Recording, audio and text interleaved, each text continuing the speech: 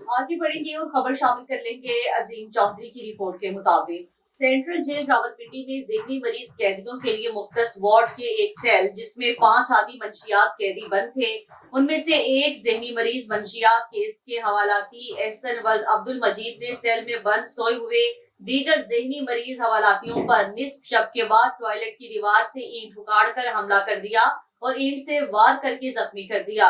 Duty पर मामूर मुलाजमीन फौरी कार्रवाई करते हुए जख्मी ज़हनी मरीज हवालाती एजाज रब्बानी वल्द गुलाम रब्बानी, शिराज अहमद वल्द फारूक अहमद और हमाद अली वल्द गुलफराज को फौरी तिब्बी इमदाद के लिए बैरून जेल अस्पताल शिफ्ट किया, जहां फौरी तिब्बी इमदाद फराहम की गई। अस्पताल में हवालाती एजाज रब्बानी वल्द गुलाम रब्बानी जख्मों की ताबना लाते हुए जाँ बहक हो गया, जबकि दीगर 2 असीरान का बैरून अस्पताल इलाज मुआवजा जारी है।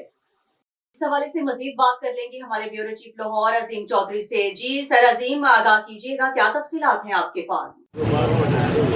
आईजी जेल खाना जात पंजाब मियां फ़ारूक नज़ीर के हुक्म पर डीआईजी रावलपिंडी रीजन राना रऊफ अपनी मेडिकल टीम के हमरा वाक़या की तफसीली इंक्वायरी कर रहे हैं। इंक्वायरी रिपोर्ट की रोशनी में अगर किसी अफसर या एहलकार की गफलत साबित हुई तो उसके खिलाफ फौरी कार्रवाई अमल में लाई जाएगी।